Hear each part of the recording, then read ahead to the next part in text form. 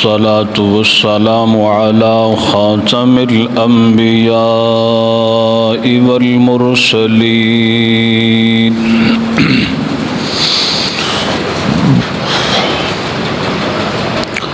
وعلى آله وأصحابه الطيبين الطاهرين. أما بعد فأعوذ بالله من الشيطان الرجيم. بسم الله الرحمن الرحيم. ومن يعظم شعائر الله فإنها من تقوى القلوب. وقال الله تبارك وتعالى إنما يريد الله ليذهب عنكم الرجس أهل البيت ويطهركم تطهيرا. قال النبي صلى الله عليه وسلم هذا ابني سيد لعل الله أن يصلح به بين فئتين عظيمتين من المسلمين. الحسن والحسين هما ريحاني في الدنيا. وقال النبي صلى الله عليه وسلم إن الحسن والحسين سيدا شباب أهل الجنة أو كما قال صلى الله عليه وسلم. اللهم صل على سيدنا ومولانا محمد وعلى آل سيدنا ومولانا محمد وبارك وسلم. يا رب صل وسلم دائما أبدا على حبيبك خير الخلق كلهم. اللهم صل وسلم وبارك على جسد محمد في الأجساد وروح محمد في الأرواح وروضة محمد في الرياض وقبر محمد في القبور وقلب محمد في القلوب وصدر محمد في الصدور. اللهم صل على سيدنا ومولانا محمد وعلى آل سيدنا ومولانا محمد وبارك وسلم. واجب الاحترام محترم بزرگوں، نوجوان ساتھیوں، ہم نے جمعۃ المبارک کے بیانات میں حضرات حسنین کریمین کی سیرت کے عنوان سے گفتگو شروع کی، جس میں اگر آپ حضرات توجہ سے سماعت کرتے رہے تو حضرت عثمان ذی النورین رضی اللہ تعالی عنہ کی شہادت تک حسنین کریمین کے اعزاز، فضائل اور کارنامے کچھ میں نے عرض کر دیے۔ حضرت عثمان رضی اللہ تعالیٰ عنہ کا شروع کا 6 سالہ دور خلافت بالکل اتفاق، اتحاد، فتوحات۔ بعد میں مسلمانوں میں کچھ اختلاف بئی وجہ شروع ہوا کہ منافقین اسلام کا لبادہ اوڑھ کر مسلمانوں کے اندر آ چکے، اور مسلمانوں کی سلطنت جو عظیم حضرت عثمان کی خلافت کی صورت میں تھی، اس کو کھوکھلا کرنا چاہتے تھے۔ اس میں بہت سازشیں ہوئی، ایسی ایسی کہ اس کو آدمی سوچ بھی نہیں سکتا، اور ایسی سازشیں پھیلائی کہ کچھ سادہ مسلمان بھی ان کی باتوں میں آ گئے، حتیٰ کہ حضرت عثمان رضی اللہ تعالی عنہ کے گھر کا محاصرہ ہوا، بہت ہی مظلومانہ، 40 روز تک کھانا پینا بالکل بند، اور بہت ہی مظلومانہ مدینہ طیبہ میں حضرت عثمان رضی اللہ تعالیٰ عنہ کی شہادت ہوئی۔ حضرت عثمان کی شہادت کے بعد مسلمان حضرت علی کے ہاتھ پر بیعت کرنے لگے۔ اولاً حضرت علی نے اس چیز کو پسند نہیں فرمایا، بعد میں لوگوں کے بار بار اصرار کی وجہ سے حضرت علی نے بیعت خلافت شروع کر دی۔ اس بیعت کے اندر وہ لوگ بھی تھے جو حضرت عثمان کو شہید کرنے والے تھے، اور مدینہ طیبہ میں حالات اختلافات کی صورت میں کشیدہ ہو چکے تھے، جس کی وجہ سے بڑے حضرات میں سے کچھ شام کی طرف چلے گئے اور کچھ مکہ کی طرف چلے گئے۔ حضرت علی المرتضیٰ رضی اللہ تعالیٰ عنہ نے بھی یہی اختلاف کی شدت کی وجہ سے دارالخلافہ مدینہ کو بنانا پسند نہیں کیا۔ جب حضرت علی مدینہ سے عراق کی طرف کوفہ کی طرف روانہ ہوئے کہ دارالخلافہ کوفہ کو بنائیں گے، تو امام حسن مجتبی رضی اللہ تعالی عنہ کی رائے یہ تھی کہ بابا جی آپ مدینہ چھوڑ کر نہ جائیں۔ ان کے ساتھ ایک اور صحابی رسول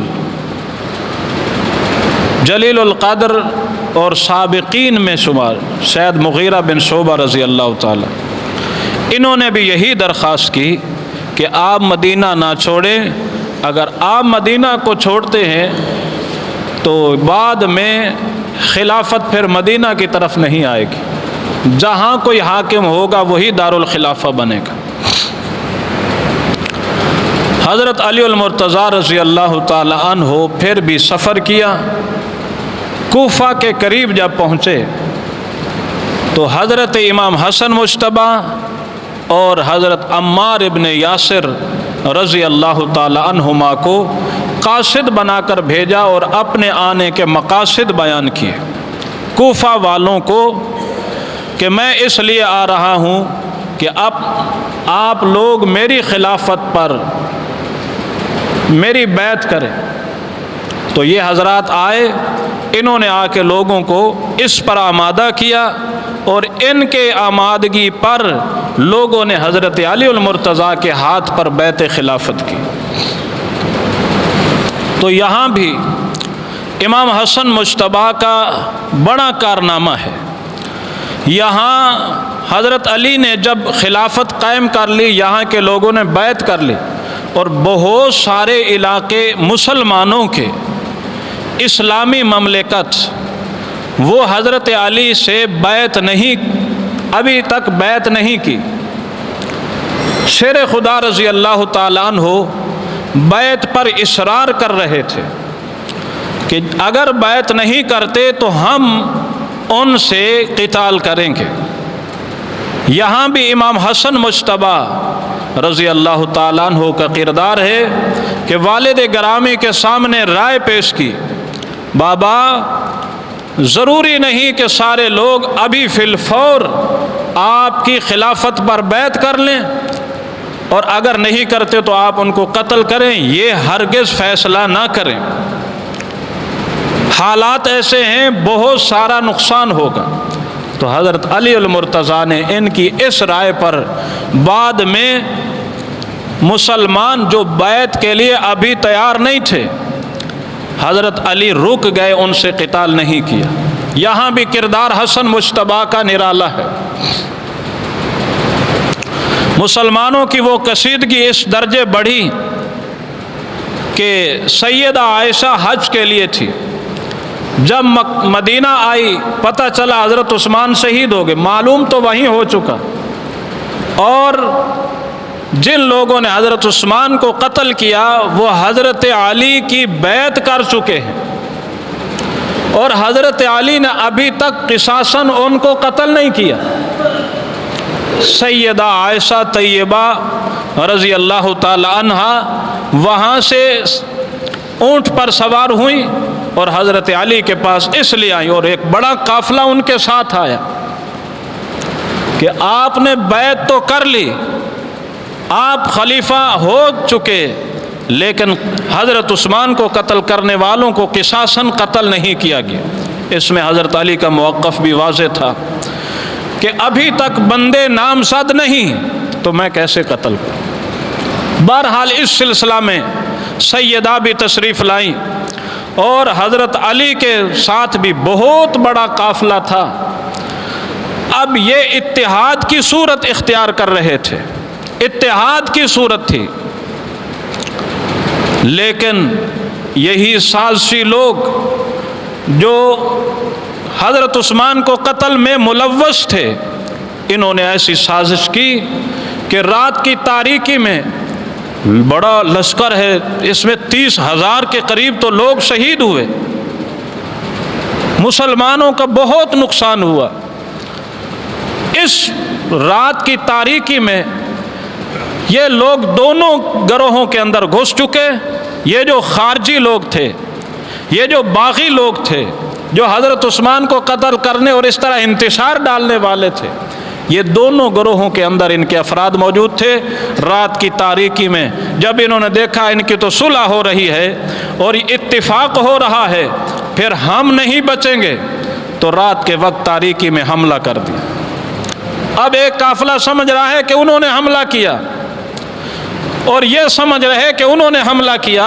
اس طرح سے جنگ شروع ہوئی، اور ایسی جنگ ہوئی کہ مسلمانوں کا بہت زیادہ نقصان ہوا، حتیٰ دونوں قافلوں میں جو کبائر صحابہ کرام بڑے لوگ تھے، ان میں سے بھی کئی لوگ شہید ہوئے، اور حضرت علی المرتضیٰ رضی اللہ تعالیٰ عنہ اور جو جنگ کی پالیسی سے واقف لوگ تھے، انہوں نے کہا جب تک سیدہ عائشہ کا اونٹ یہاں موجود ہے یہ جنگ ختم نہیں ہوگی۔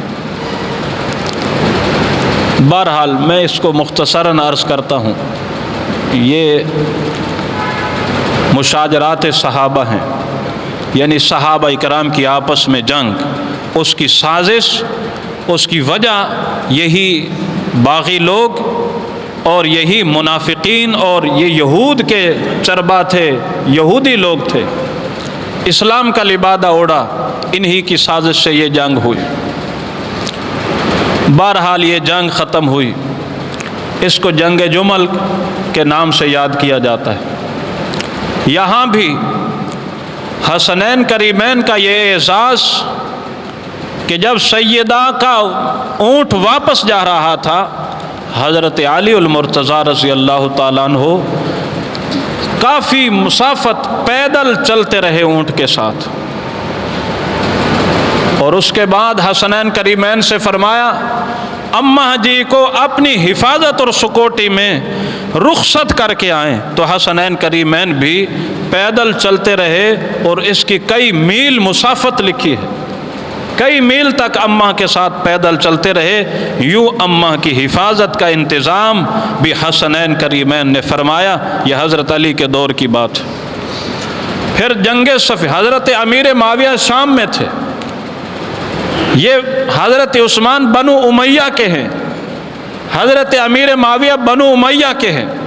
جب ان کو پتہ چلا کہ حضرت عثمان شہید ہو گئے، حضرت علی کے گروہ میں وہ قاتلین لوگ ہیں، تو وہاں سے ان کا بھی بڑا قافلہ آیا، اور صفین مقام پر یہ قافلہ بھی ٹھہرا۔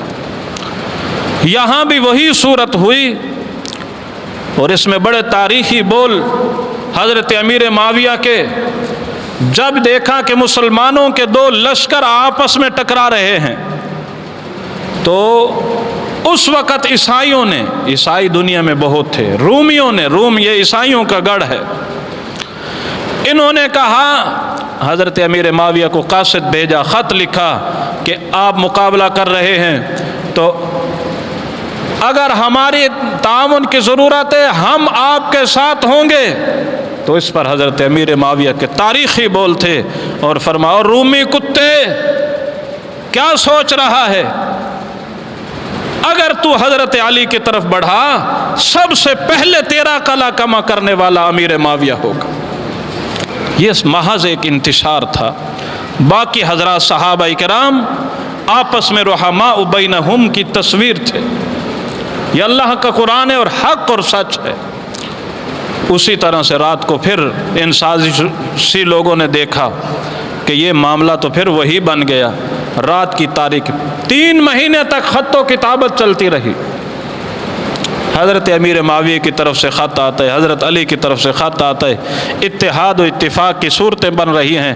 رات کی تاریکی میں وہ لوگ جو یہ قاتلین عثمان تھے، یہ لوگ کثیر تعداد میں حضرت علی کے لشکر میں تھے، یعنی مجاہد تھے، وہ ان کے لشکر میں مجاہد بنے ہوئے تھے۔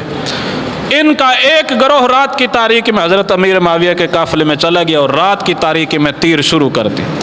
یہاں بھی پھر وہی نوبت ہوئی اور مسلمانوں کے بڑا نقصان ہوا۔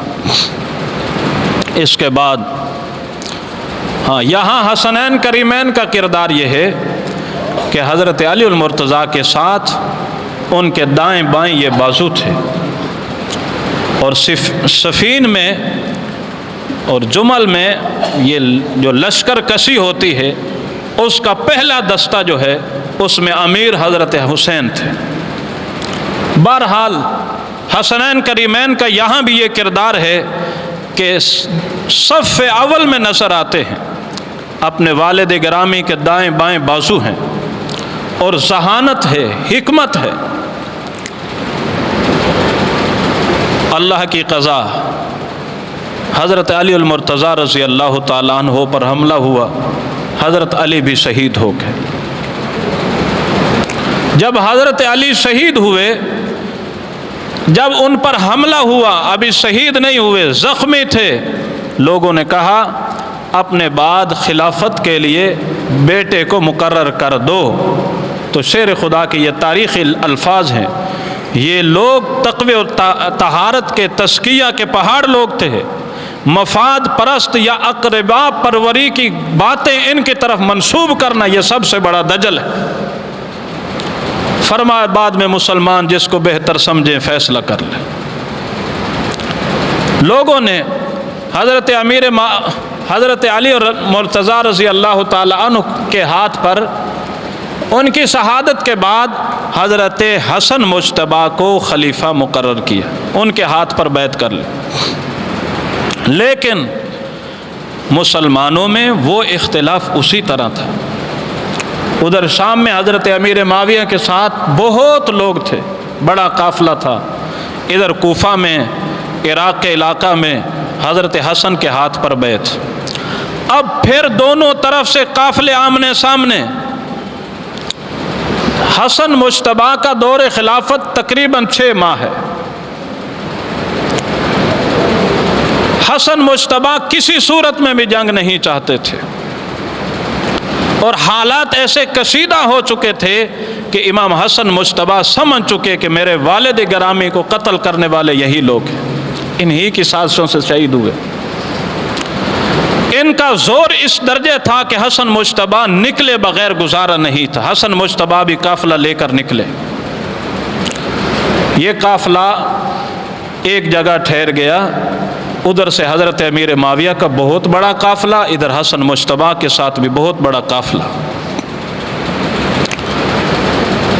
یہ صحابہ کے اقوال ہیں کہ دونوں طرف سے ایسے پہاڑ تھے کہ دونوں طرف سے یہ دونوں لشکر ایسے پہاڑوں کی طرح سے مضبوط تھے کہ اگر ٹکرا جاتے تو کچھ بھی نہ بچتا۔ بلکہ حضرت امیر معاویہ رضی اللہ تعالیٰ عنہ نے یہاں بھی یہ الفاظ فرمائے کہ اگر آج جنگ ہو جاتی ہے تو پیچھے صرف بچے اور عورتیں بچیں گی، ان کا کون کفیل بنے گا؟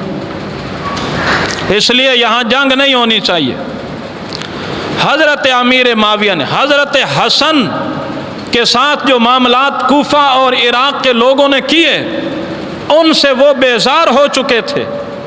پہلی بات ان پہ واضح ہو گئی کہ میرے بابا کو سازش سے قتل کرنے والے لوگ یہی ہیں۔ عبد الرحمن ابن ملجم، یہ عبد الرحمن ابن ملجم صفین میں یا جمل میں حضرت علی کے لشکر میں کمانڈر تھا یا مجاہد تھا حضرت علی کے لشکر میں، جس نے حضرت علی پر وار کیا اور شہید کیا۔ حسن مجتبیٰ سمجھ چکے تھے، اور حسن مجتبیٰ پر بھی ان لوگوں نے تیر برسائے، جس سے حسن مجتبیٰ زخمی ہو گئے۔ پھر حسن مجتبیٰ کے کندھے کی چادر ایسے زور سے کھینچی کہ ان کی گردن پر نشانات آگے، بعض کہتے ہیں لپیٹ کر ان کو جیسے ان کا سانس بند کیا گیا۔ ایسی نوبت آئی، حسن مجتبیٰ پریشان تھے، اور حملہ کر کے حسن مجتبیٰ کے گھر کے مال بھی لوٹے گئے۔ یہ لوٹنے والے یہی لوگ تھے جو اپنے آپ کو کہتے تھے ہم علی کا گروہ ہیں، شیعان علی ہیں۔ حسن مجتبیٰ معاملے کی حقائق سمجھ چکے تھے۔ ادھر سے حضرت امیر معاویہ بھی یا آپس میں جنگ نہیں چاہتے تھے کہ جنگ ہو گئی تو پیچھے مرد نہیں بچیں گے۔ حضرت امیر معاویہ رضی اللہ تعالیٰ عنہ نے حضرت عبد الرحمن ابن سمرہ اور عبداللہ ابن عامر رضی اللہ تعالیٰ، دو بندوں کو قاصد بنا کر حضرت امام حسن مجتبیٰ کے پاس بھیجا اور کہا جس بات پر آپ اتفاق کرتے ہیں، جو شرائط آپ رکھتے ہیں، جن بنیادوں کی آپ بات کرتے ہیں، ہم ان بنیادوں پہ صلح کے لیے تیار ہیں۔ یا بعض نے تو یوں بھی کہا، خالی کاغذ بھیج دیے اور دستخط کر دیے اور کہا ان پر جو شرائط آپ لکھنا چاہتے ہیں آپ شرائط لکھ دیں، امیر معاویہ اس کے لیے تیار ہے تاکہ مسلمانوں کی آپس میں جنگ نہ۔ حسن مجتبیٰ تو پہلے ہی ان کے دجل، ان کے فریب، ان کے دھوکے اور ان کی یہ شیطنت کو سمجھ چکے تھے۔ حسن مجتبیٰ نے صلح کے لیے شرائط مقرر کر دی، اور اب یہاں یہ صلح کی جو شرائط ہیں یہ بہت ہی خوبصورت ہے۔ اس میں باطل کے تمام عقائد اور نظریات کا رد ہے اور اہل حق کی تائید ہے۔ حسن مجتبیٰ نے سب سے پہلی بات یہ کی کہ قرآن اور سنت کے مطابق آپ خلافت کو قائم کریں گے۔ مولانا نافع رحمہ اللہ نے بڑی خوبصورت سیرت حسنین شریفین میں بہت خوبصورت گفتگی، ایسی باتیں تحریر فرمائی ہیں کہ باطل کو لگام دے دی ہے۔ کہا تم کہتے ہو یہ قرآن اصلی نہیں ہے، اس میں تحریف ہو چکی ہے، اس میں رد و بدل ہو چکا ہے، شان نزول کے اعتبار سے یہ صحیح نہیں ہے۔ لیکن حسن مجتبیٰ نے کسی اور قرآن کی بات نہیں کی، اسی قرآن کی بات کی اور کہا قرآن اور سنت کے مطابق آپ خلافت کو قائم کریں گے، پہلی شرط۔ دوسری شرط کہ ہم سارے کے سارے اہل و عیال والے ہیں اور اس طرح سے ہماری مکمل جو کفالت ہوگی وہ آپ کے ذمے ہوگی۔ تو حضرت امیر معاویہ رضی اللہ تعالیٰ عنہ نے ان کی شرائط کو قبول کیا، اور اس کے بعد صلح کے پہلے صلح پر پہلا جو ہدیہ اور تحفہ دیا گیا 3 لاکھ درہم حضرت امیر معاویہ نے حسن مجتبیٰ کو دی۔ یہ پکی بات کر رہا ہوں، 1000 جوڑے امیر معاویہ نے حسن مجتبیٰ کو دیے، 30 غلام حضرت امیر معاویہ نے حسن مجتبیٰ کو دیے، اور 100 اونٹ یہاں صلح کے موقع پر، یہ صلح کی ان بنیادوں پر یہ صلح ہوئی اور یہ ان کے حوالے کیے۔ حسن مجتبیٰ نے ان باتوں کو قبول کیا اور شرائط کو تسلیم کیا، ان کے ہدایت یا ان کی طرف سے جو آفر تھی اس کو قبول کیا۔ قبول کرنے کے بعد حسن مجتبیٰ نے فیصلہ کر لیا کہ یہ عراق، یہ کوفہ، یہ ہمارے لیے امن کی جگہ نہیں ہے۔ حضرت امیر معاویہ رضی اللہ تعالیٰ عنہ وہاں اپنا گورنر مقرر کیے اور ادھر مدینہ میں بھی مقرر کیے۔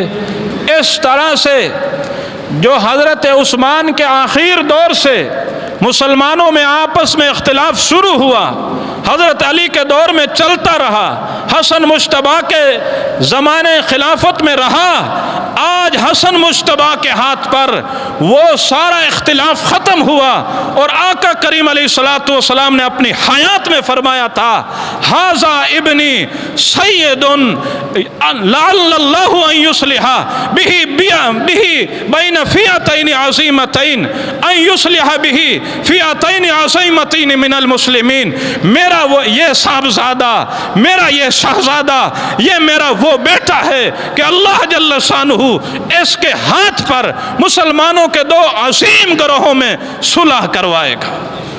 تو اللہ نے اس بشارت کو حسن مجتبیٰ کے ہاتھ پر آج حضرت امیر معاویہ کے ہاتھ پر صلح کی صورت میں اللہ نے اس بشارت کو پورا کر دیا، اور اس طرح سے مسلمانوں کی ایک مضبوط خلافت قائم ہو گئی حضرت امیر معاویہ کے ہاتھ پر۔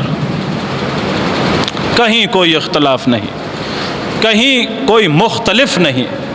کوفہ و عراق میں انہوں نے اپنے بندے مقرر کر دیے، مدینہ میں انہوں نے اپنے گورنر مروان بن حکم کو مقرر کر دیا، یہاں کوفہ میں بھی عبداللہ ابن عامر کو، اور اس طرح مغیرہ بن شعبہ کو، اور بھی مختلف نام موجود ہیں، انہوں نے یہ بندے مقرر کر دیے، اور ان پر حضرت امیر معاویہ کے دور میں ایسی مضبوط سلطنت و حکومت بنی کہ جیسے حضرت عمر کے دور میں فتوحات تھی، حضرت عثمان کے اول دور میں فتوحات تھیں، حضرت علی اور اس درمیان کے زمانے میں مسلمانوں کی فتح زیادہ نہیں، بلکہ میرے استاد محترم کے الفاظ ہیں، مسلمانوں کے آپس کے اختلاف کی وجہ سے 1 انچ زمین بھی فتح نہیں ہوئی، مسلمانوں کی سلطنت وہیں تک محدود رہی جہاں تک تھی۔ پھر حضرت امیر معاویہ کی حکومت ایسی مضبوط ہوئی کہ اس سے پھر مسلمانوں کے اسلامی فتوحات پھر شروع ہو گئے، اور پھر تو ایسی فتح اور فتح اور ایسی فتح کہ ایسی فتوحات پھر کسی اور دور میں نہیں ہوئی۔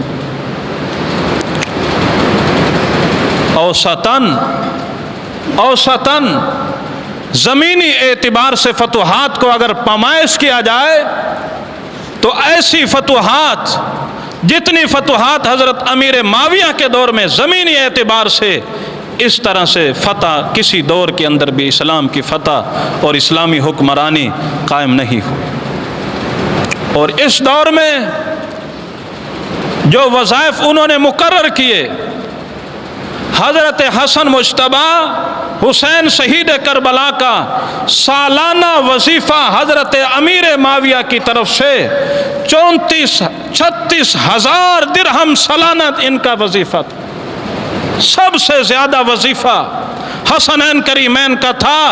میں یہی عرض کر رہا کہ ہر دور کے اندر حسنین کریمین کا اعزاز ہی اعزاز تھا۔ حضرت امیر معاویہ کے دور میں جتنا اعزاز حسنین کریمین کا تھا اتنا کسی کا بھی نہیں تھا، اور جتنا وظیفہ ان کا تھا اتنا کسی کا بھی نہیں تھا۔ فتوحات ہو رہی ہیں، مال غنیمت آ رہا ہے، اور اس طرح ازواج مطہرات میں سے ہر ایک زوجہ کا 7,000 درہم سالانہ وظیفہ حضرت امیر معاویہ کے دور میں تھا۔ اور جب بھی کبھی ملنے کے لیے تشریف لاتے، سال میں 20 سالہ دور خلافت ہے حضرت امیر معاویہ کا، امام حسن مجتبیٰ حسین شہید کربلا زیادہ نہیں تو 1 چکر سالانہ حضرت امیر معاویہ کے پاس ہوا کرتا تھا۔ اس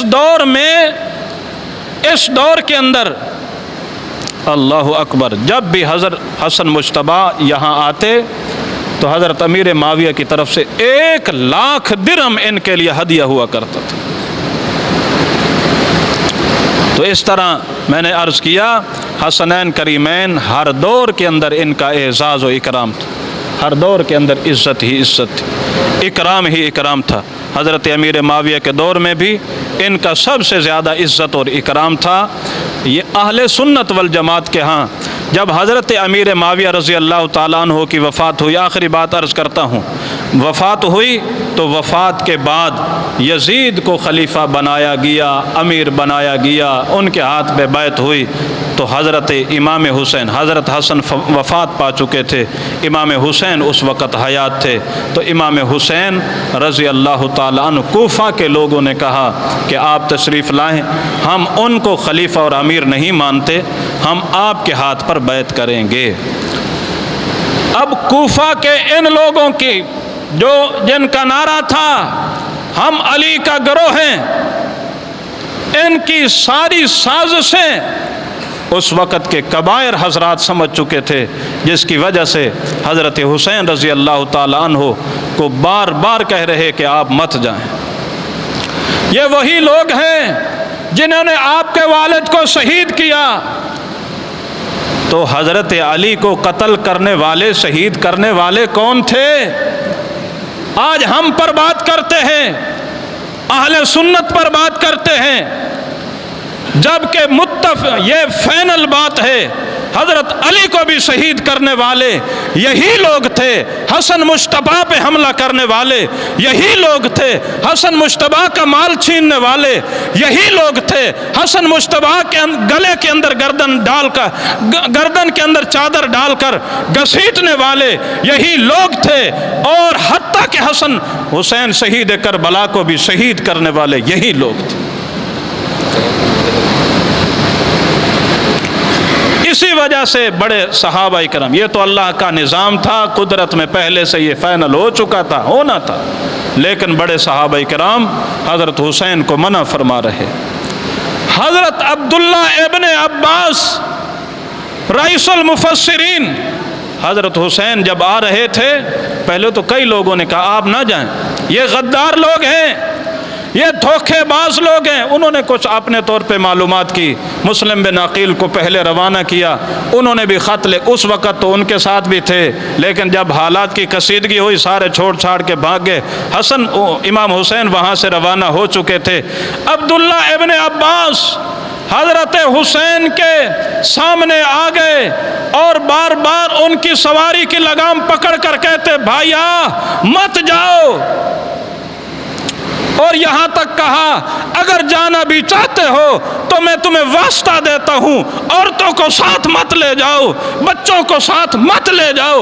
اگر امام حسین جہاد کے لیے آ رہے تھے، قتال کے لیے آ رہے تھے، تو امام حسن مجتبیٰ، امام حسین شہید کربلا اس طرح مختصر قافلے کے ساتھ ہرگز نہیں آنا تھا انہوں نے، اور بچے بھی ساتھ نہیں لاتے اور عورتوں کو بھی ساتھ نہ لے آتے۔ وہ تو صرف ان کی بات پر کہ وہ میرے ہاتھ پر بیعت کرنے کے لیے تیار ہے، میں جا کے ان کی بیعت کو قبول کرتا ہوں، وہ میرے ہاتھ پہ بیعت کرنا چاہتے ہیں، میں اس لیے جا رہا۔ لیکن دنیا نے دیکھا جنہوں نے بلایا تھا وہی میدان میں تلواریں لے کر سامنے تھے، وہی لوگ یزیدی فوج کے اندر شامل تھے، اور امام حسین شہید کربلا گھوڑے پر سوار، ان کے پاس ان کے خطوط پیغام بندے جو بھیجے تو ان کو ان کے نام تک پتا تھا۔ گھوڑے پر سوار میدان کربلا میں حسین شہید کربلا بار بار کہہ رہے تھے سلمان تو ہی تو تھا جس نے خط لکھے تھے، اور اس طرح زید تو ہی نے تو مجھے خط لکھے تھے، آج تو ہی تلوار لے کر میرے سامنے آ گیا۔ پھر بعد میں شرائط رکھی کہ یا مجھے واپس جانے دو، یا کسی سرحد پر بھیج دو، یا میرا راستہ چھوڑو، میں یزید کے ساتھ خود جا کے بات کرتا ہوں۔ یزیدی فوج نے ان کا راستہ چھوڑ دیا اور جاؤ شام میں آپ ان کے ساتھ جا کے بات کر لو۔ جو کوفہ ہے، کوفہ یہ کربلا جو ہے یہ کوفہ کے راستے میں نہیں آتا، یہ شام کے راستے میں آتا ہے۔ وہ شام کی طرف جب روانہ ہو چکے اس وقت یہ خط لکھنے والے 18,000 کے قریب یا 12,000 کے قریب یہ جتنے سارے باغی لوگ تھے، یہ جو دشمن بن چکے تھے، ان کو خطرات لاحق ہوئے کہ خطوط ان کے پاس ہیں، نام ان کو سب کے یاد ہیں، یہ تو جا کے یزید کو بتا دیں گے اور ان کی آپس میں اتفاق و اتحاد ہو جائے گا۔ جب ان کا اتحاد ہو جائے گا تو ہم میں میں سے کوئی بھی نہیں بچے گا، یزید ہم سب کو ختم کرے گا۔ اس لیے انہوں نے کہا ان کو وہاں تک نہیں پہنچنا چاہیے۔ یزیدی فوج دوسری طرف ہے، اور اس فوج کے اندر یہ جو باقی لوگ تھے جو شامل ہو چکے تھے، انہوں نے سب سے پہلے ان کے اس خیمے پر حملہ کیا جس خیمے میں خطوط کے وہ تھیلے رکھے ہوئے تھے، اور خیموں پہ آگ لگائی تاکہ یہ خطوط ختم ہو جائیں اور ہمارے نام ان تک نہ پہنچے۔ پھر ان کو یہ بھی خطرہ تھا کہ چلو خط تو ختم ہو جائیں گے، حسین کو ہمارے نام پتہ ہیں، اس کو کسی صورت میں بھی یزید تک نہیں پہنچنے دینا چاہیے۔ آج جو کہتے ہیں، آج جو حسین حسین کر رہے ہیں، علی المرتضیٰ کو بھی قتل کرنے اور شہید کرنے والے یہی گروہ تھا، حسن مجتبیٰ کے ساتھ ظلم اور زیادتی کرنے والا بھی یہی گروہ تھا، اور اسی طرح امام حسین شہید کربلا کو شہید کرنے والا بھی یہی گروہ تھا۔ ہاں، یزید بری نہیں ہو سکتا، کیونکہ یزید نے بھی ان لوگوں کو پکڑ کر قصاصاً ان کو مارا جاتا، ان کو قتل کیا جاتا تو یزید بری ہو جاتا۔ یزید بھی بری نہیں ہو سکتا، کیونکہ حکومت اسی کی، اور اس کے بعد ایسے مظالم ڈھائے۔ اس لیے علماء کہتے ہیں اس کے بارے میں، اس کے کفر اور اسلام کے بارے میں خاموش رہو۔ کوئی ایمان پر مر جائے اس پہ لعن تان نہیں، اس لیے کہا اس پہ لعنت اور رحمت کے معاملے میں علماء کا جو متفقہ فیصلہ ہے، علماء دیوبند کا، کفر اور اسلام کے بارے میں، یزید کے بارے خاموش رہو، اس کا معاملہ اللہ کے ساتھ ہے، اور لعن تان کے معاملے میں بھی خاموش رہو، اس کا معاملہ اللہ کے ساتھ ہے۔ تو اس طرح سے مظلومانہ یہ جو شہید کرنے والے تھے، یہ جو آج تک پیٹنے والے ہیں، یہ وہی لوگ تھے۔ اور بی بی زینب نے ان کے لیے بد دعا فرمائی تھی کہ جنہوں نے ہمارے ساتھ دھوکہ کیا، اس طرح دھوکے کے ساتھ بلا کر ہمارے ساتھ ظلم کیا ہے، ربا ان پر اپنا عذاب نازل کر، اور جو لوگ قتل کرنے والے تھے عبرت ناک ان کی موتیں ہوئیں۔ وقت کی نزاکت ہے، تفصیل سے عرض کرتا۔ بہرحال اس طرح سے یہ معاملہ، حسنین کریمین وہ ہیں اہل سنت کے بنیادی عقائد میں فضیلت الشیخین، اہل سنت کا عقیدہ ہے کہ حضرات شیخین ابو بکر و عمر کو فضیلت دینا اور حسنین کریمین کے ساتھ بے پناہ محبت رکھنا، یہ اہل سنت والجماعت کا عقیدہ ہے، اور یہی ہمارا ایمان ہے۔ ان کی محبت ایمان کا حصہ ہے، ان کی عقیدت ہمارا ایمان ہے، جزو ایمان ہے۔ اس طرح سے حق پر چلنے والے تھے، اور جس بات کو حق سمجھا ہے اسی پر چلنے والے تھے۔ پھر وقت قضا آ گئی، اور اللہ کی تقدیر میں ایسا ہی تھا کہ اللہ کے محبوب پیغمبر نے پہلے سے فرما دیا تھا یہ میرا بیٹا شہید ہوگا، تو اللہ نے اس طرح سے ان کو شہادت کا جام دیا۔ جب شہادت کا جام پی لیا ہے، شہادت احساس ہے، شہادت مرتبہ اور مقام ہے، شہادت رتبہ ہے، اور کسی کو کوئی احساس ملے اس پر ہائے ہائے نہیں کی جاتی، اس کو داد دی جاتی، واہ حسین۔ اس لیے ہم کہتے ہیں واہ حسین، تیرے بچپن پہ بھی واہ حسین، تیرے لڑکپن پہ بھی واہ حسین، تیرے پیغمبر کے زمانے پر بھی واہ حسین، صدیق کے زمانے پہ بھی واہ حسین، فاروق کے زمانے میں بھی واہ حسین، عثمان کے زمانے میں بھی واہ حسین، حضرت علی کے زمانے میں بھی واہ حسین، کربلا میں بھی تیرے سجدے پر بھی واہ حسین، تیری تلاوت پر بھی واہ حسین، تیری نماز پر بھی واہ حسین، تیری سخاوت پر بھی واہ حسین، تیرے جہاد پر بھی واہ حسین، تیری تلاوت پر بھی واہ حسین، اور تیری شہادت پر بھی واہ حسین کرتے۔ اللہ تعالی ہم سب کو سچی عقیدت و